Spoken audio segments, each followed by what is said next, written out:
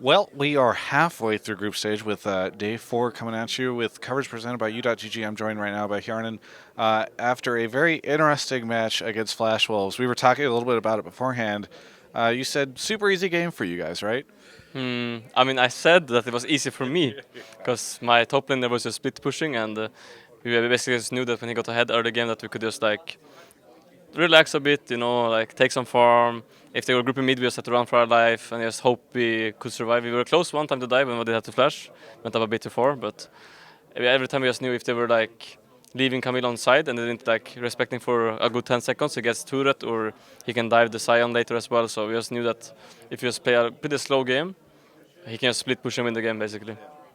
Now, correct me if I'm wrong, because sometimes I miss parts of the game because I'm doing interviews, but it does feel like split pushing and like the side lane thing is just kind of like an EU thing at this tournament, right? Mm, I mean, the cases like this when they can do it, and especially when they wanna go Nashor and your top lane can just end the game, it's pretty good to just like let him end the game and then stop them at Nashor. So, I mean, it worked out for sure, but it was like kind of perfect scenario for us as well. I would say, yeah. Yeah. I saw Wadid on the interview on the broadcast basically saying that this has happened in scrims before. You guys have kind of practiced these moments? I can't remember if we actually let them do Nashor and then. Yeah, I don't remember it at least, but But it probably he was happened. kind of suggesting like the backdoor Nexus thing has maybe popped up before. But regardless, super fun win for you guys, I'm sure. I think a lot of people expected Flash Wolves to come out on top with that just because of the way they've looked so far this tournament. Were you at all intimidated going up against them? Not really. Like for me, it's just like we shouldn't focus too much about who we face. We should just like try to play our game and what we are strong at. And if it doesn't work out, then we just have to adapt and change for the next games. But if it works, then we should just like keep on doing it. And we practice this for like 2 3 days now because we don't have that much practice with like each comps and stuff. So we practice a bit. Like so, I mean, it's just pretty hard, I would say, to get more practice because yeah, we don't have too much. But I think it's like yeah, I don't know. I think we never did this though. Like we got to end the game like this, but yeah, I don't know actually. How confident are you that you guys are going to make it out of groups? Um, I'm pretty confident actually. Okay. I'm pretty. I mean, the thing is like how I was thinking the whole time, or like throughout the whole tournament so far, is just playing each game by each game because it's pretty like the last day you play 3 games in a row basically, so everything can happen that day. You can either like go 0-3 or you can go 3-0. Like everything can happen that day, and you just have to take one game by one game and not get too tilted if you lose the first one. And just bounce back for the second or the third, because right now we're in a pretty good like position to actually make it out. So you just need to like keep it together and just have good preparation for that day. Do you like that? Do you like that it's sort of like, basically 4 days? I know you only play 3 of them, but where you play one game and then like one day it's just like you either go home or you move on. I mean, it's a bit weird, yeah, because it's like, yeah, as you said, either just like you make it out of groups, which is like the furthest I've done it at Worlds, so it would be like really nice, or you just go home and it would be like, oh yeah, that sucks. So it's like, it's kind of nice, but also not that nice, if it makes sense. Yeah, it does. It does. What do you think are the chances of your other EU brethren here? I think Fnatic is looking pretty strong. I must say, like we were screaming them as well a bit, and they are for sure looking pretty strong, I would say. And I think Vitality also they have some moments where they for sure look like they're insane, and then some moments where they just look like they maybe are trolling or you don't really know what they're doing. But then they always like manage to turn it around somehow. How with their team fighting, because they play pretty well in team fights. So it's hard to say. I think Fnatic probably has higher chance, but Vitality also has a chance, I think. And what do you think of I have to ask this question. What do you think of the NA teams? Oh, the NA teams. I don't know. I mean, I think I didn't actually watch their games. If I'm gonna be honest with you, I didn't watch them. Yeah. Yeah, you saved yourself some pain and agony, I Oh, think. okay. At least I wish I had watched them. Some of them, at least. We were talking a little bit before this. What do you think of Heisendong? Because we've kind of lifted him up in North America as the Heimerdinger guy. Yeah. I mean, I think I've seen some clips of him. He's pretty good, but he also plays against pretty boosted players.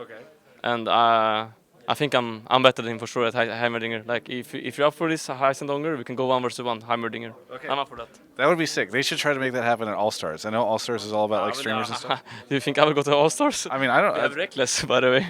That's true. That's I will true. not go to All Stars. There is no way. Like.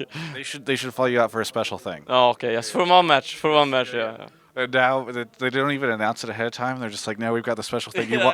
You walk out against Heisendong. That'd be sick. Yeah, it will work pretty cool. I think. Yeah. Right. Make it happen. Right. Heimerdinger. Heimerdinger. All right. Very good. Other than that, how are things going with the team? How are things with G2 as you guys have been here?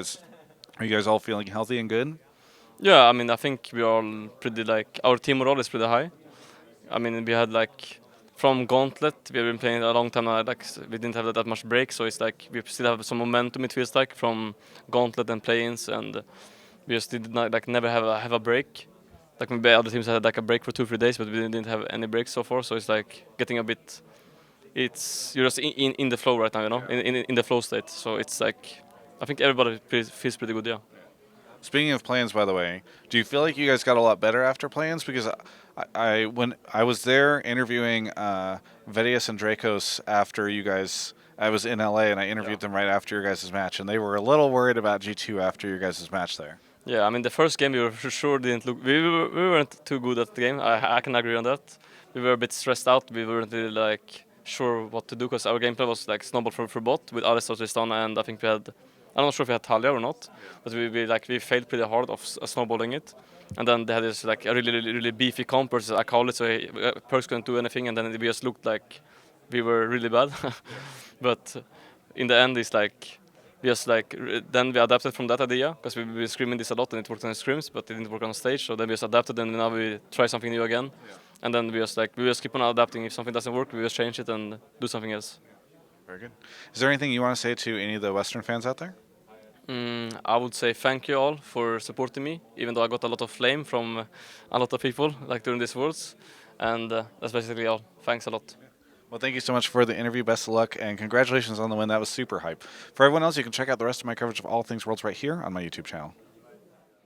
Funny story, we are currently recording this outro in like a little vending machine booth thing. There's like a roof over the top of me. Anyway, there's a spider web hanging out right in front of Broden. If he moves just 2 seconds closer, 2 inches, I don't know, centimeters, I don't know what they talk. He'll get caught by a spider web, and it's going to be really complicated for him, and I'm a little worried. But you know what would help Broden deal with that spider web? If he went to u.gg, because sometimes you get caught in a spider web of emotions, and I don't know what's happening. You just go to the description, u.gg. Is that going through the spider? I don't understand. You check them out. They're in the description. They'll make sure you never lose champion select again. They're probably gonna have mixed feelings about this outro in particular. So if you just click through a lot on this one, it might actually help them because they're gonna be like, what was that outro?